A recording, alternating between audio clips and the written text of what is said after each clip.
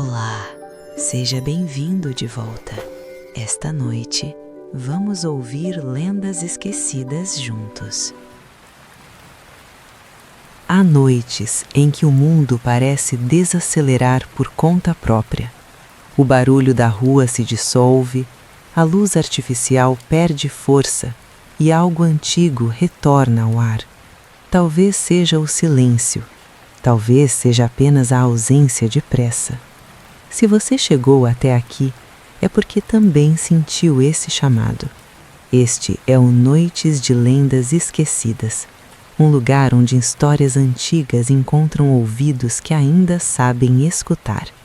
Não há urgência aqui, não há nada a provar.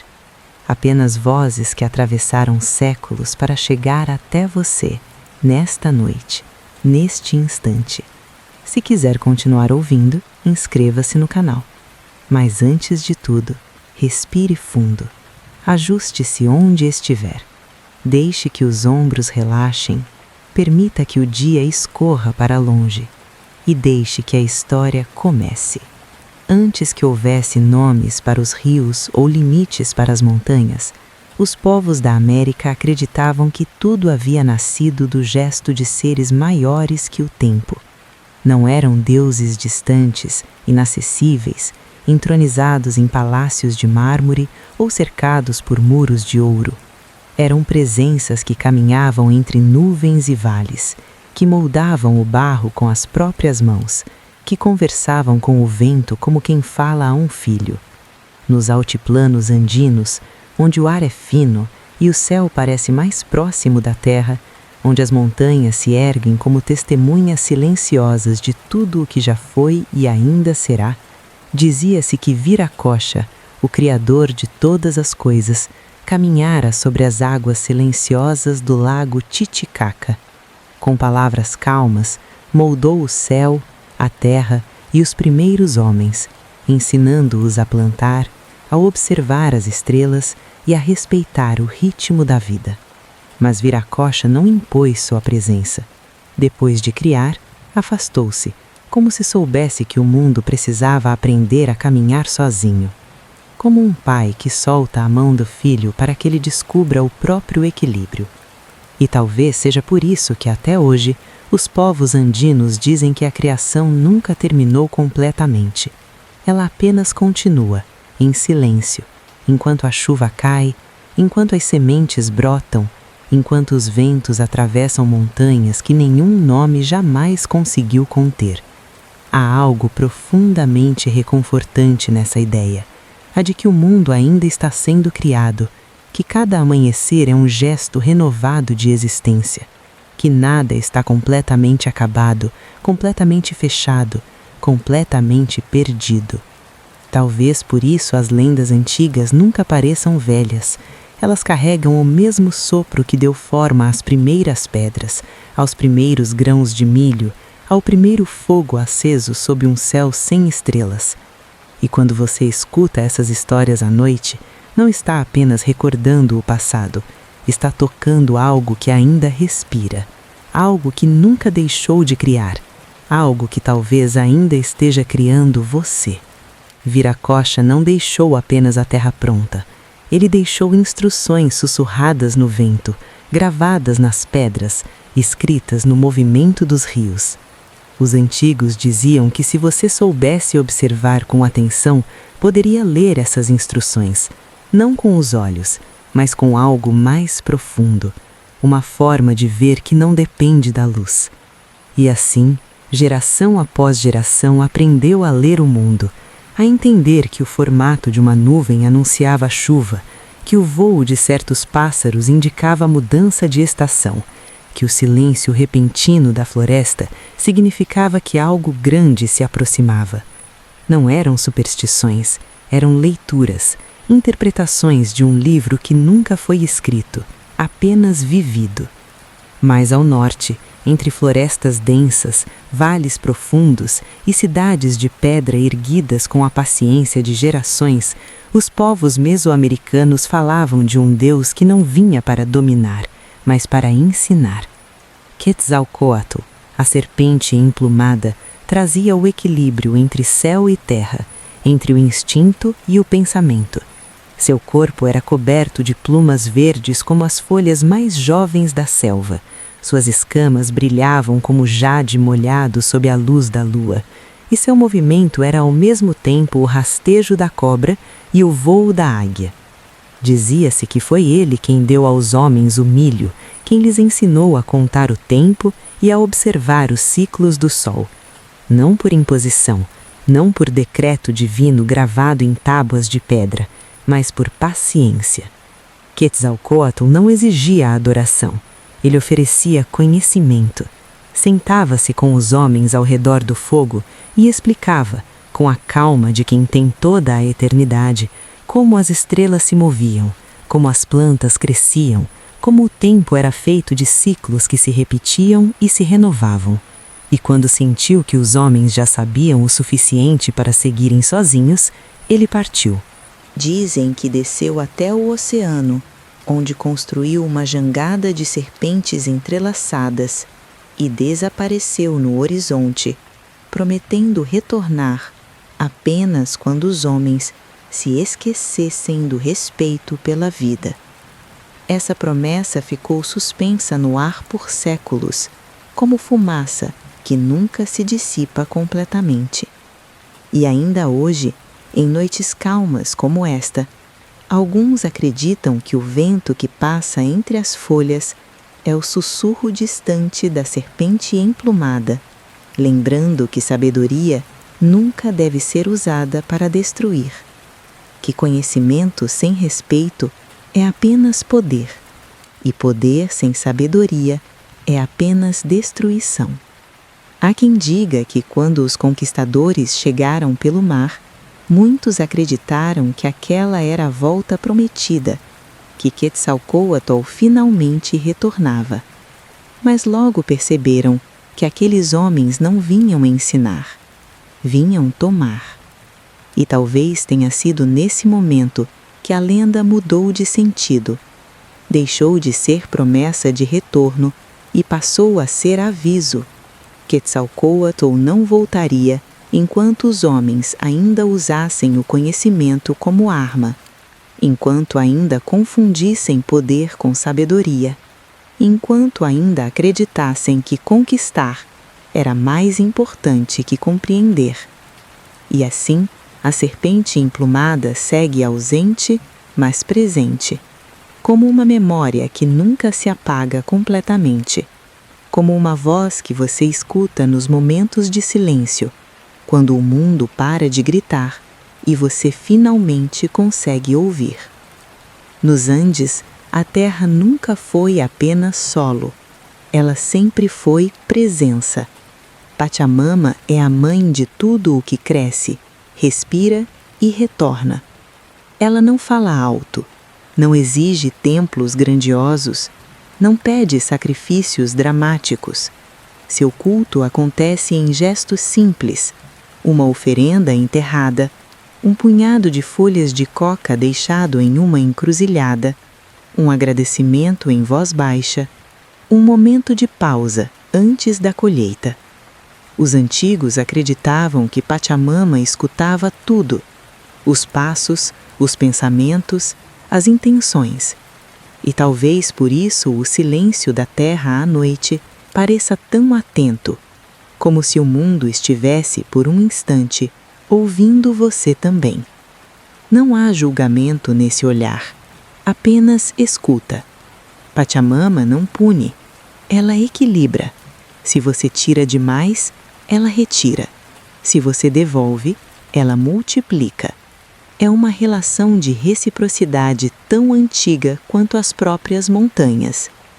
Ainda hoje, em regiões remotas dos Andes, há quem continue a prática da apacheta, pequenos montes de pedra erguidos nas trilhas como oferendas a Pachamama. Cada viajante que passa adiciona uma pedra, carregando consigo uma intenção, um pedido, um agradecimento. Não é religião no sentido ocidental. É reconhecimento. É dizer sem palavras que você sabe que não está sozinho, que a terra sustenta seus passos, que o vento carrega suas palavras, que tudo o que você faz reverbera em algo maior. E talvez seja isso que torna a Pachamama tão diferente de outras divindades.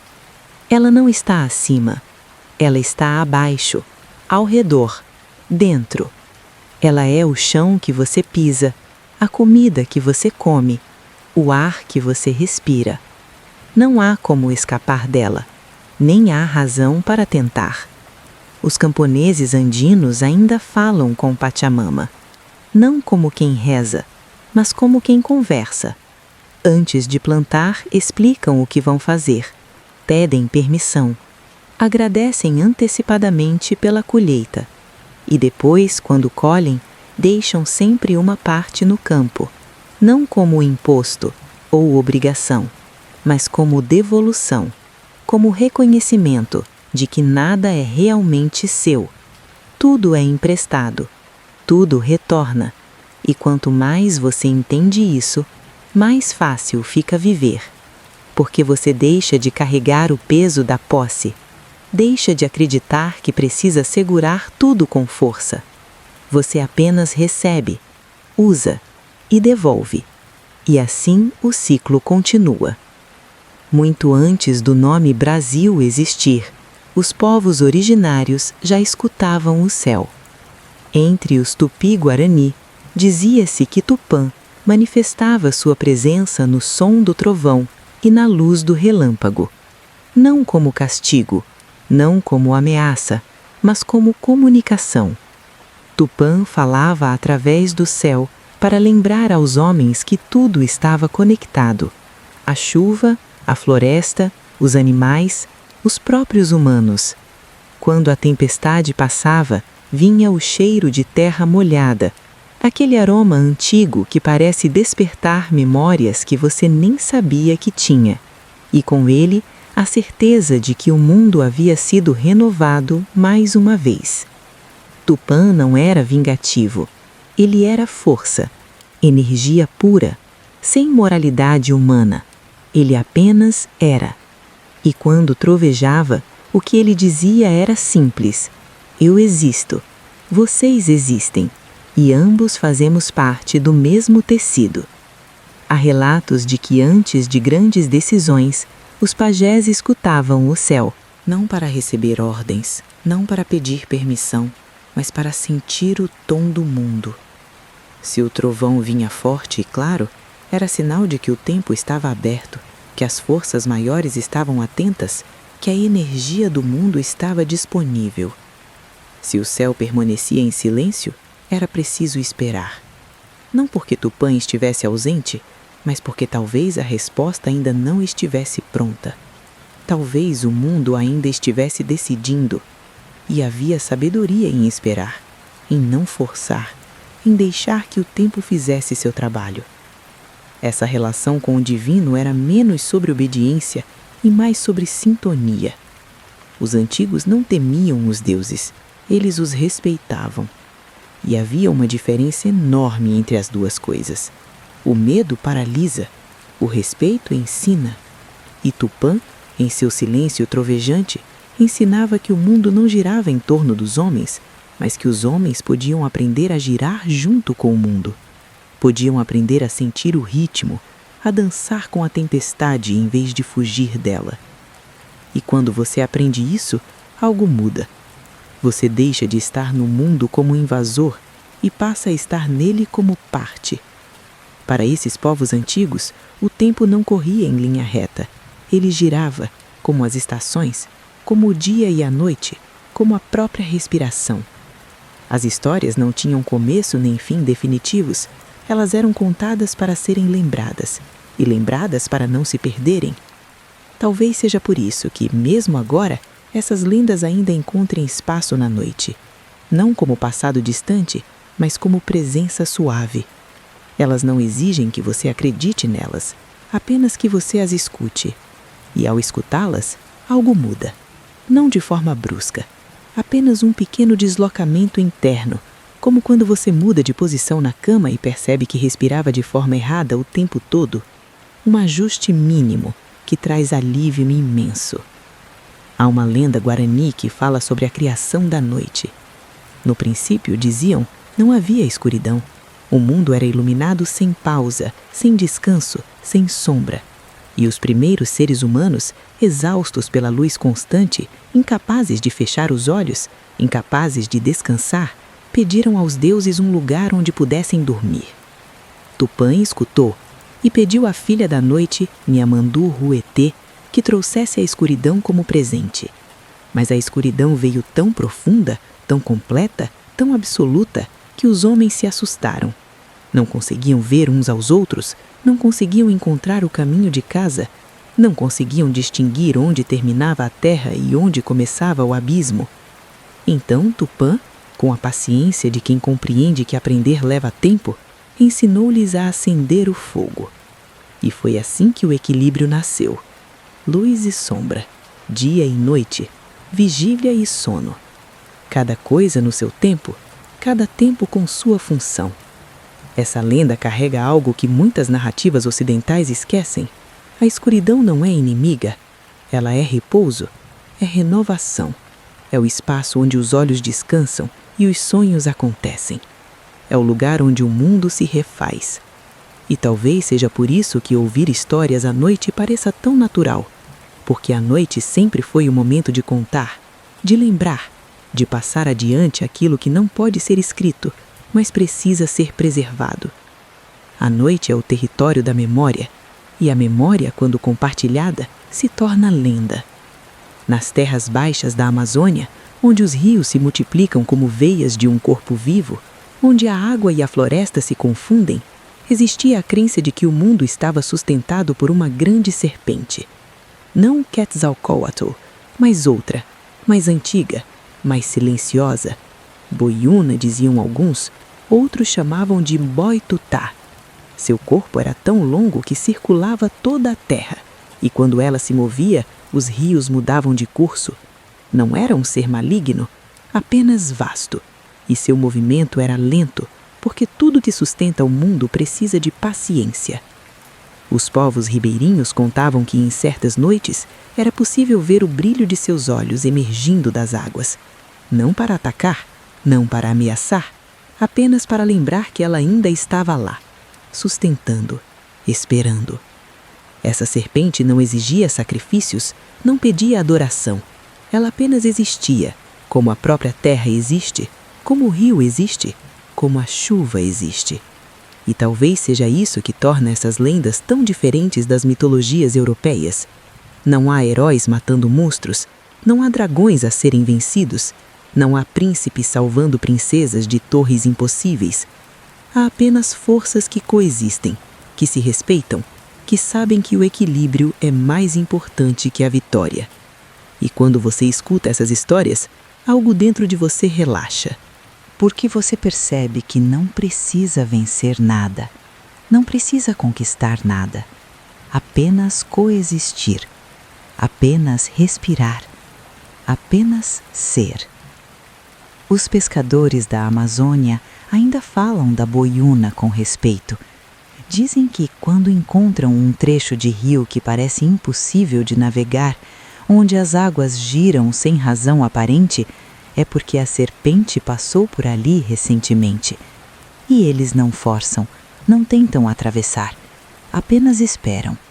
Acampam na margem, acendem uma fogueira, contam histórias e quando o rio se acalma, seguem, porque sabem que a pressa não tem lugar em um mundo sustentado por uma serpente, porque sabem que algumas forças não podem ser apressadas, apenas respeitadas. Há também a história de Jaci, a lua, e Guaraci, o sol. Dizia-se que eram irmãos, nascidos da mesma mãe celeste, e que se revezavam no céu para que nenhum dos dois ficasse sozinho. Guaraci iluminava o dia com sua força dourada, permitindo que as plantas crescessem e que os animais caçassem. Jaci trazia a suavidade prateada da noite, acalmando o mundo, permitindo que tudo descansasse. Mas Jaci era apaixonada por um guerreiro da terra, e em certas noites descia do céu para estar com ele. Nessas noites, o céu ficava escuro, sem lua, e os antigos diziam que Jaci estava nos braços de seu amado, e quando ela retornava, brilhava mais forte, renovada pelo amor. Essa lenda ensina algo que o mundo moderno esqueceu. Até os astros precisam de pausas. Até a luz precisa de escuridão para se renovar. Até a lua precisa descansar. E assim as histórias se entrelaçam, não como uma linha reta, mas como uma teia. Cada lenda toca a outra, cada voz ecoa a próxima. E você, ouvindo, torna-se parte dessa teia. Não porque precise acreditar em Tupã, em Pachamama, em Quetzalcoatl, mas porque ao escutar, você reconhece algo, um ritmo, um padrão, uma forma de estar no mundo que não exige que você conquiste nada, apenas que você pertença. Nas montanhas do México antigo, havia uma lenda sobre o quinto sol. Os astecas acreditavam que o mundo já havia sido criado e destruído 4 vezes. Cada vez, um sol diferente governava. O primeiro sol foi devorado por jaguares que emergiram das sombras e consumiram tudo. O segundo foi levado por ventos incontroláveis que varreram a terra até que nada restasse. O terceiro foi consumido por chuvas de fogo que caíram do céu como lágrimas ardentes. O quarto foi afogado em águas furiosas que cobriram até as montanhas mais altas. E então veio o quinto sol, o sol atual, o sol que ainda brilha. Mas ele não nasceu facilmente. Os deuses se reuniram em Teotihuacan, a cidade dos deuses, e discutiram quem teria coragem de se lançar no fogo para se transformar no novo sol. 2 se ofereceram. Tecuzistecatl, um deus orgulhoso e rico, coberto de joias e plumas, e Nanahuatzin, um deus humilde e doente, coberto de feridas. Tecuzistecatl tentou primeiro. Aproximou-se da fogueira sagrada, sentiu o calor imenso e recuou. Tentou novamente e recuou novamente. 4 vezes tentou, 4 vezes falhou. Então Nanahuatzin, sem hesitar, sem pensar, sem medir consequências, lançou-se no fogo e foi consumido, e renasceu como o sol. Tecuzistecatl, envergonhado por sua covardia, finalmente se jogou também, mas como havia hesitado, tornou-se apenas a lua, um reflexo pálido do que poderia ter sido. Essa história carrega um ensinamento profundo. Não é a riqueza, a força ou a aparência que determina quem brilhará. É a coragem, a disposição de se transformar. E Nanahuatzin, o deus doente, o deus esquecido, o deus que ninguém esperava nada, tornou-se o sol que ilumina tudo. Porque ele não teve medo de se entregar, não teve medo de perder o que era para se tornar o que poderia ser. E talvez seja isso que essas lendas peçam de nós. Não grandeza, não perfeição, apenas a coragem de nos entregarmos ao que somos, de aceitarmos nossa própria transformação, de brilharmos, mesmo que seja apenas por um instante. No sul do continente, entre os povos patagônicos, existia a lenda de Elau, o herói cultural que trouxe o fogo aos homens.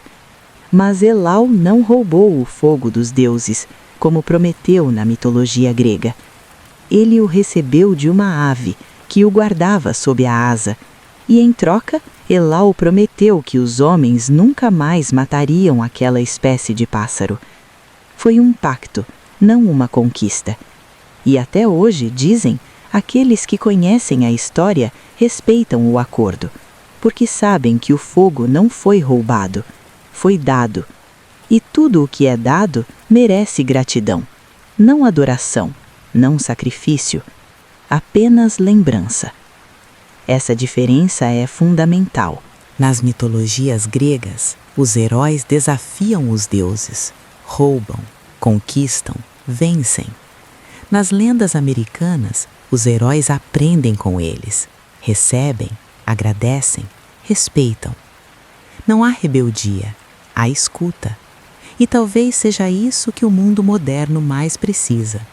Não de mais heróis que desafiam, mas de mais pessoas que escutam, que observam, que respeitam, que entendem que algumas coisas não precisam ser conquistadas, apenas recebidas. Há uma história dos povos do Chaco, na Argentina, sobre como a morte chegou ao mundo. No início, diziam, ninguém morria.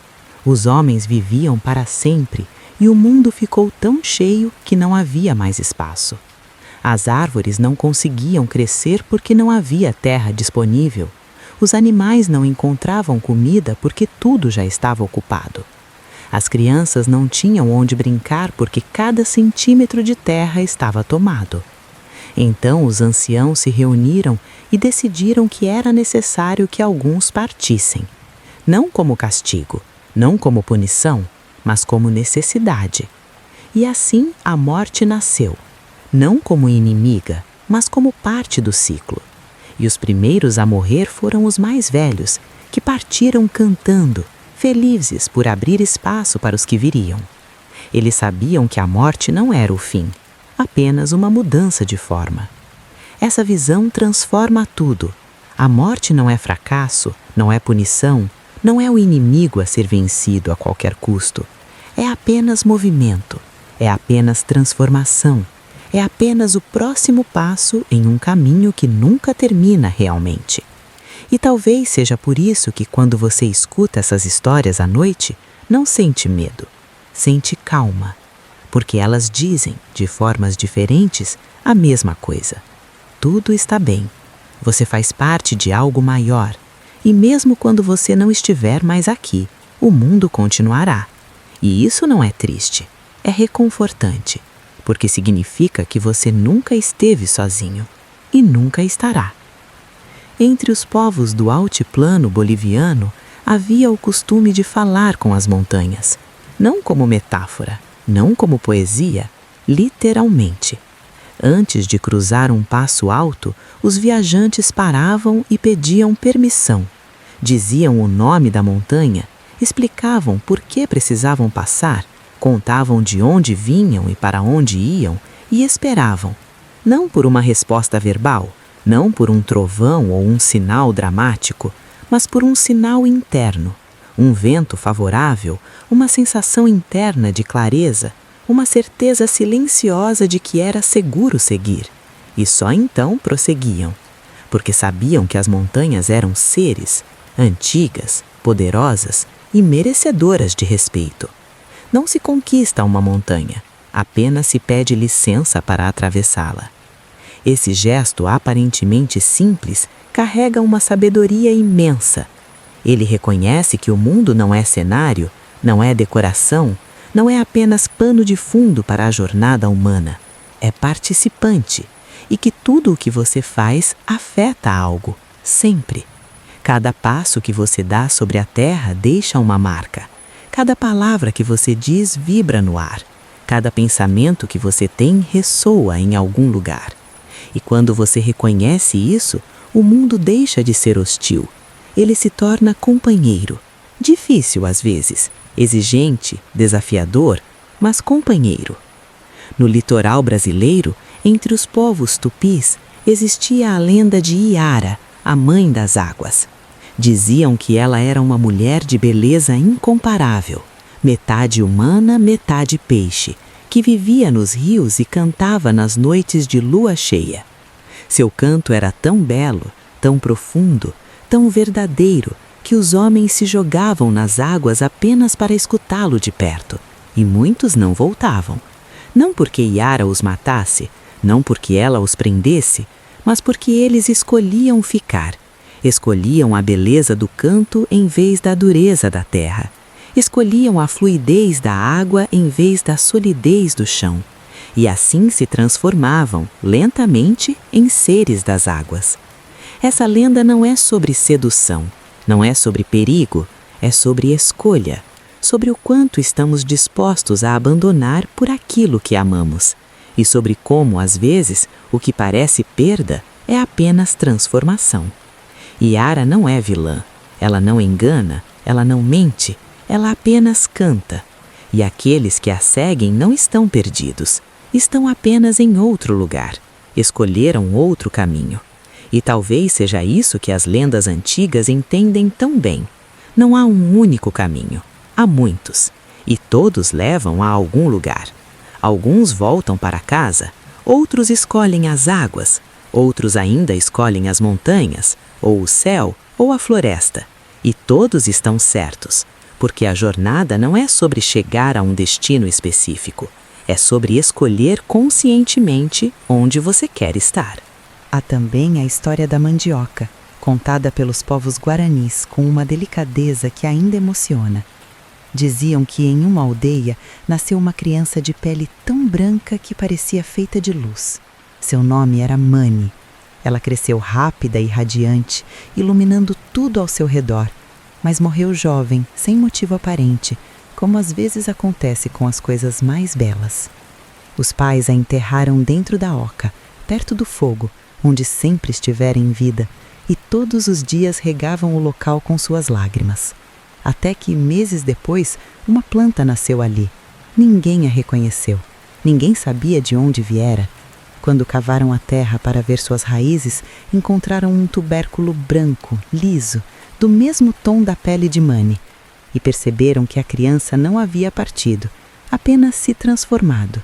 E assim nasceu a mandioca, Mani-oca, a casa de Mani, o alimento que sustentaria gerações. Essa lenda ensina que a perda pode gerar vida, que o luto pode ser fértil, que aquilo que amamos nunca desaparece completamente, apenas muda de forma. E quando você planta a mandioca, quando a colhe, quando a prepara, está tocando de alguma forma aquela criança antiga. Está participando de uma transformação que começou há séculos e ainda continua. Porque Mani não morreu, ela apenas se espalhou, multiplicou-se, alimentou milhões e ainda alimenta. E talvez seja isso que torna essas histórias tão poderosas. Elas não negam a dor, não fingem que tudo é fácil, não dizem que a dor não dói, mas dizem que a dor pode se transformar, que o sofrimento pode gerar fruto, que nada, nunca é completamente perdido, apenas transformado. Nas planícies argentinas, os povos pampas contavam a lenda do Nhandu, a ema gigante que carrega o sol nas costas. Diziam que todas as manhãs o Nhandu corria pelo horizonte, carregando a luz para o outro lado do mundo, e que todas as noites ele descansava e o sol se apagava. Era uma lenda simples, mas profunda, porque ensinava que até o sol precisa de quem o carregue, que até a luz depende de algo, que nada, por mais brilhante que seja, existe sozinho. Tudo precisa de sustentação, tudo precisa de apoio. E quando você entende isso, você deixa de se sentir sozinho também. E quando você escuta isso, algo se afrouxa dentro do peito, porque você percebe que não precisa ser o sol, não precisa brilhar mais forte que todos, não precisa iluminar o mundo inteiro, apenas ser o Nhandu, apenas aquele que carrega, aquele que sustenta, aquele que corre dia após dia, sem parar, sem reclamar, porque sabe que isso é necessário. E isso já é suficiente, mais que suficiente. No coração da floresta amazônica há uma lenda sobre a primeira chuva. Diziam que no início dos tempos não havia água caindo do céu. Os rios existiam, mas eram alimentados apenas por nascentes subterrâneas. As plantas cresciam, mas lentamente. Os animais bebiam, mas sempre perto da água.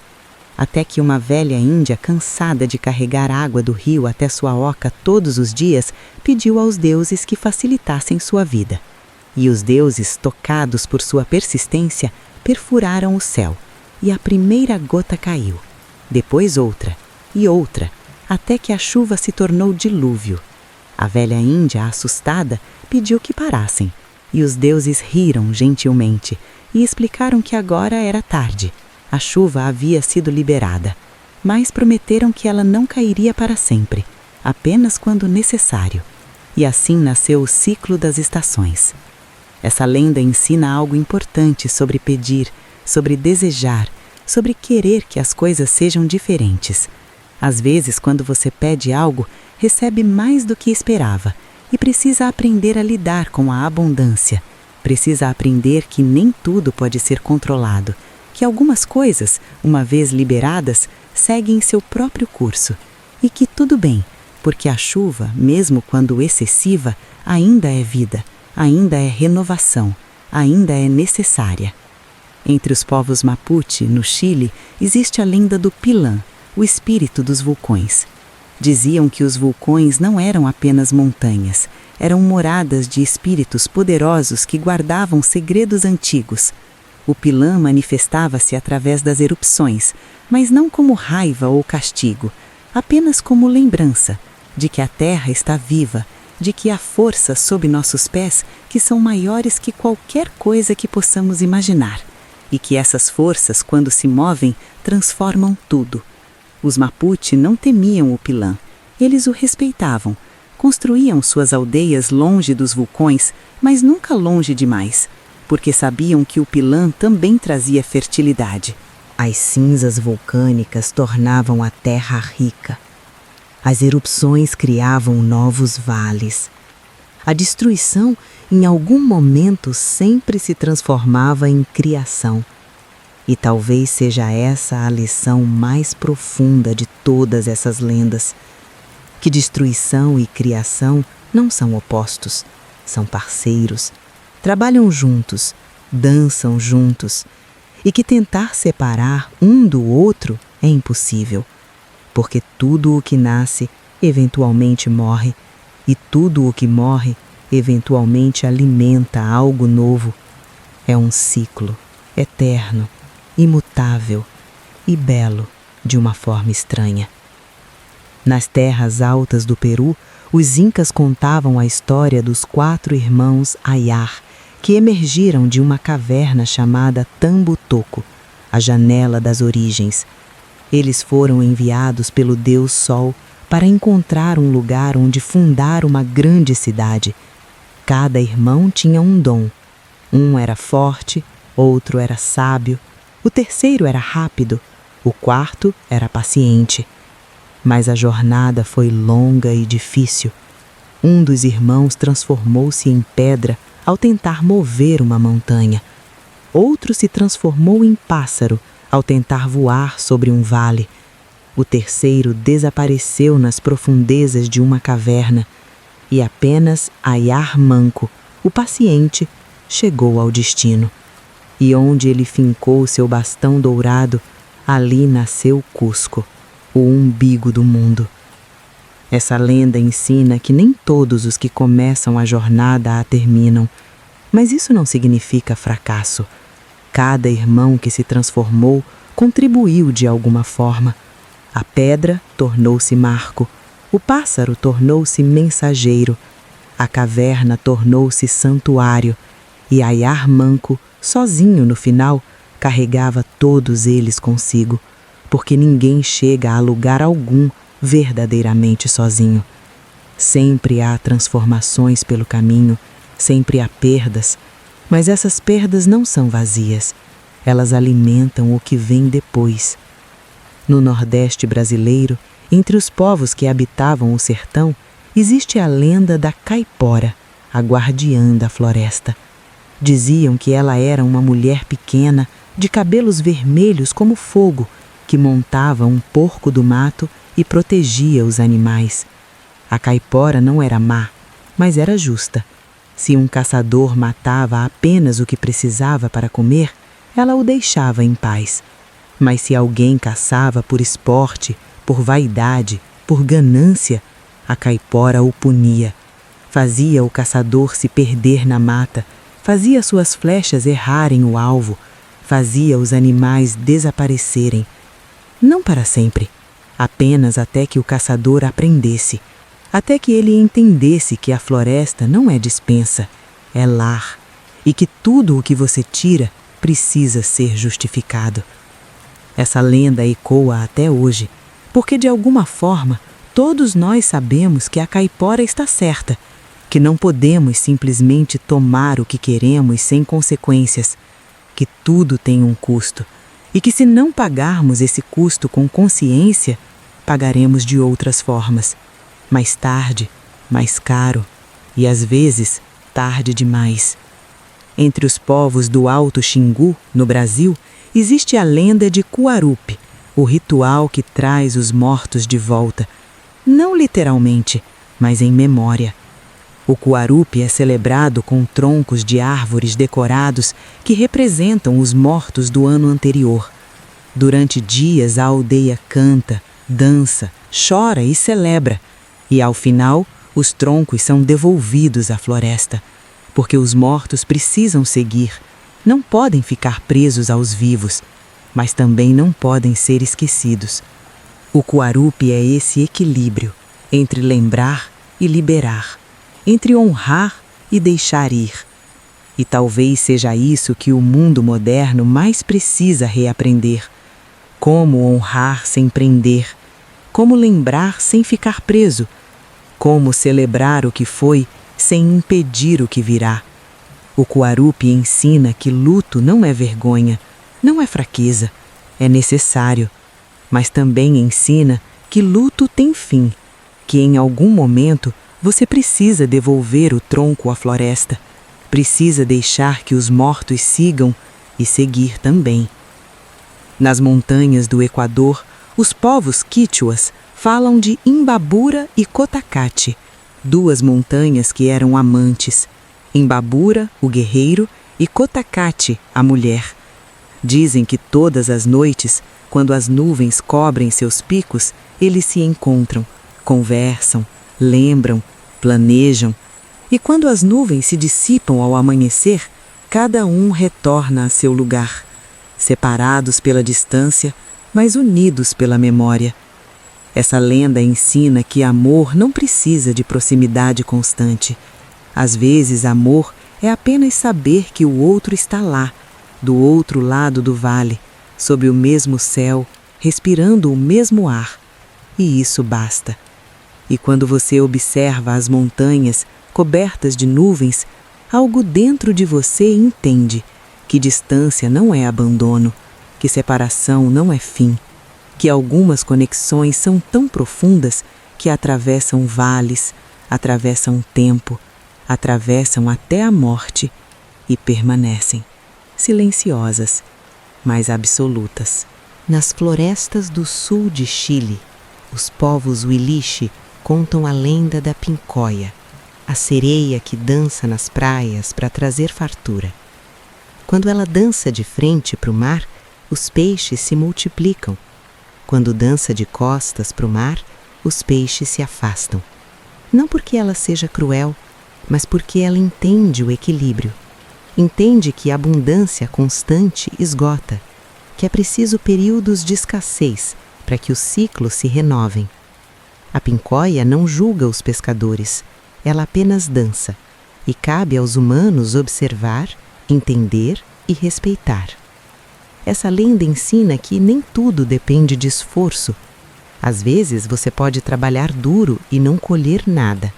Não porque você falhou, mas porque não é o momento, porque a pincóia está dançando de costas, e tudo que você pode fazer é esperar, com paciência, com confiança, sabendo que ela eventualmente se virará e a fartura retornará.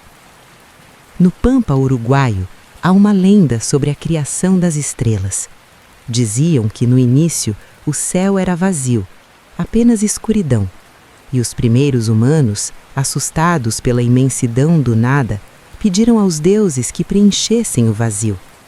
Então os deuses pegaram todas as fogueiras que os humanos haviam acendido ao longo do tempo, todos os fogos de acampamento, todas as chamas de cozinha, todos os braseiros de inverno, e os lançaram ao céu.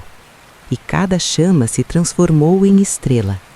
E assim, quando você olha para o céu à noite, está vendo não apenas estrelas, está vendo memórias, está vendo todas as vezes que alguém acendeu uma fogueira para se aquecer, para cozinhar, para se reunir, para contar histórias. E talvez seja essa a lenda mais bonita de todas, porque ela diz que o céu não é distante, não é alienígena, é feito de nós, de nossos gestos, de nossos fogos, e que cada luz que você acende, de alguma forma, alimenta o universo. Assim, lentamente, como quem se afasta de uma fogueira que está prestes a se apagar, essas vozes antigas retornam ao silêncio, não porque desapareceram, não porque foram esquecidas, mas porque disseram o suficiente por hoje, porque plantaram sementes que precisam de tempo para germinar, porque abriram caminhos que você precisará percorrer sozinho. Talvez essas lendas ainda sejam sussurradas quando a noite fica mais profunda e o mundo desacelera. Talvez elas ainda vivam em cada gesto de respeito pela terra, em cada pausa antes de uma colheita, em cada oferenda deixada em uma trilha, em cada momento em que você escolhe escutar em vez de falar. Se essa história te trouxe calma, se algo dentro de você se acalmou, se sua respiração desacelerou, então ela cumpriu seu propósito.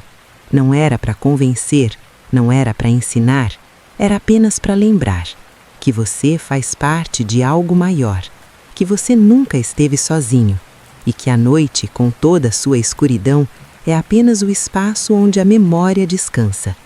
Se quiser continuar ouvindo lendas antigas contadas à meia luz, volte sempre. O canal está aqui, as histórias também, e a noite, sempre paciente, sempre generosa, sempre espera por você. Boa noite, e que seus sonhos sejam povoados por serpentes emplumadas, montanhas que falam, rios que sustentam e estrelas que lembram de você.